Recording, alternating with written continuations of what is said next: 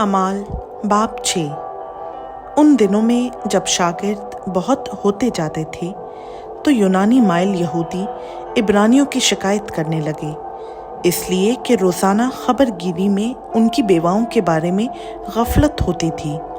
और उन 12 ने शागिर्दों की जमायत को अपने पास बुलाकर कहा, मुनासिब नहीं कि हम खुदा के कलाम को छोड़कर खाने पीने का इंतज़ाम करें।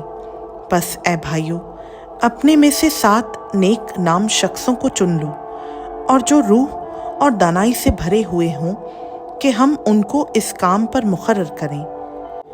लेकिन हम तो दुआ में और कलाम की खिदमत में मशगूल रहेंगे।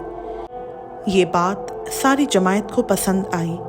बस उन्होंने स्तिफनस नाम एक शख्स को जो ईमान और रूहुल कुदस से भरा हुआ था, और फिलिप्पुस और पुरखुरुस और नेकानूर और तैमून और परमनास को और निकलाउस को जो 9 मुरीद यहूदी अंताकी था चुन लिया और उन्हें रसूलों के आगे खड़ा किया।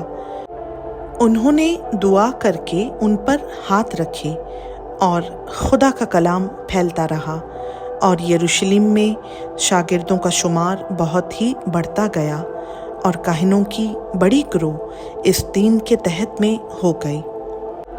और स्तिफनस फजल और क़ुव्वत से भरा हुआ लोगों में बड़े बड़े अजीब काम और निशान जाहिर किया करता था कि उस इबादत खाना से जो लिबर्तीनों का कहलाता है, और कुरीनियों और इस्कंदरियों और उनमें से जो किलकिया और आसिया के थे, बास लोग उठकर स्तिफनस से बहस करने लगे, मगर वो उस दानाई और रूह का जिससे वो कलाम करता था मुकाबला ना कर सके।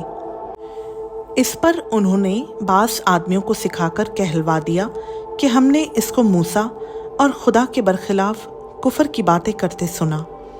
फिर वो अवाम और बुजुर्गों और फ़कीयों को उभार कर उस पर चढ़ गए और पकड़कर सदर अदालत में ले गए और झूठे गवाह खड़े किए, जिन्होंने कहा कि ये शख्स इस पाक मकाम और शरीयत के बरखिलाफ बोलने से बाज नहीं आता, क्योंकि हमने उसे ये कहते सुना है कि वही यसु नासरी इस मकाम को बर्बाद कर देगा और उन रस्मों को बदल डालेगा जो मूसा ने हमें सौंपी हैं।